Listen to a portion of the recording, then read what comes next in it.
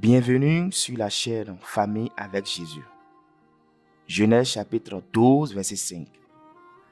Abraham prit Sarai, sa femme, et Lot, fils de son frère, avec tous les biens qu'ils possédèrent et les serviteurs qu'ils avaient acquis à Charan.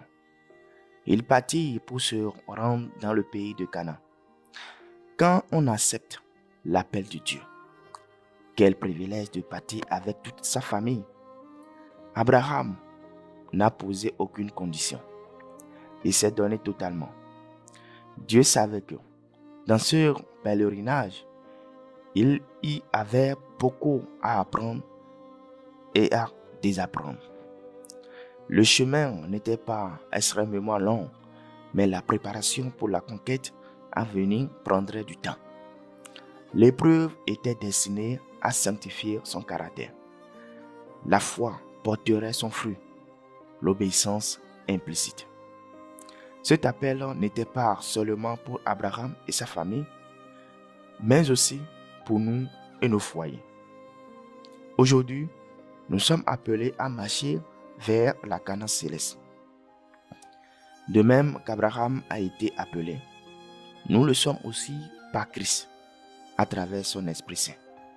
De nombreuses bénédictions sont à notre portée, afin que, par la foi, nous puissions hériter de la promesse, la terre promise. Nous avons déjà un libérateur. Par son sacrifice et en son nom, nous avons accès au trône de la grâce. Il nous guide vers l'héritage promis et nous pouvoir en tout ce dont nous avons besoin. Chaque famille est invitée. Nous sommes inclus dans cet appel. Acceptons-le. Et nous verrons des miracles, comme lorsque Sarah, malgré son âge, donna naissance à Isaac, comme l'apparition de l'agneau dans un buisson pour le sacrifice, et comme la protection divine, même face au roi. Nous serons sous la garde du Tout-Puissant, non à cause de nos mérites, mais par amour. Dès l'instant où nous acceptons de renoncer à nos anciennes habitudes et de nous laisser enseigner et guider par Jésus, nous ne serons jamais abandonnés. Luc chapitre 24, verset 32. Et il se dit l'un à l'autre, notre cœur ne brûlait-il pas au-dessus de nous lorsqu'ils nous parlaient en chemin et nous expliquèrent leurs Écritures?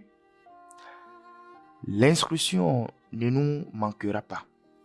Chaque jour et pendant de nombreuses années, nous apprendrons les commandements qui nous prépareront aux demeures éternelles. En tant que bons élèves, si nous faisons des erreurs, nous nous corrigerons. Et par sa miséricorde, nous recevrons le pardon de Dieu, tout comme Abraham l'a obtenu. Après la dispersion de Babel, l'idolâtrie devint presque universelle. Finalement, l'Éternel permit aux transgresseurs obstinés de suivre leur mauvaise voie, tandis qu'il choisit Abraham, issu de la lignée de Sem, pour faire de lui le dépositaire de sa loi pour les générations futures. Abraham avait grandi dans un environnement de superstition et de paganisme.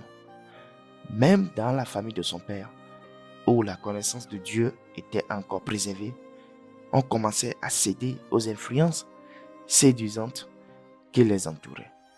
Ils servaient des dieux étrangers au lieu de servir l'Éternel. Mais la vraie foi ne devait pas s'éteindre. Dieu a toujours gardé un reste fidèle pour le servir. Adam, Seth, Enoch, Métouchéla, Noé et Sem ont transmis de génération en génération les précieuses révélations de sa volonté. Et c'est ainsi que le fils de Terach, Abraham, est devenu l'héritier de cette sainte mission. Prions. Béni sois-tu, Éternel. Merci de nous avoir appelés. Aide-nous à appartenir au reste fidèle et à nous préparer par ta grâce et ton Saint-Esprit. Dans ta miséricorde, cette prière, tu y es adressée au nom de Jésus. Nous vous invitons à vous abonner à la chaîne Famille avec Jésus. Amen.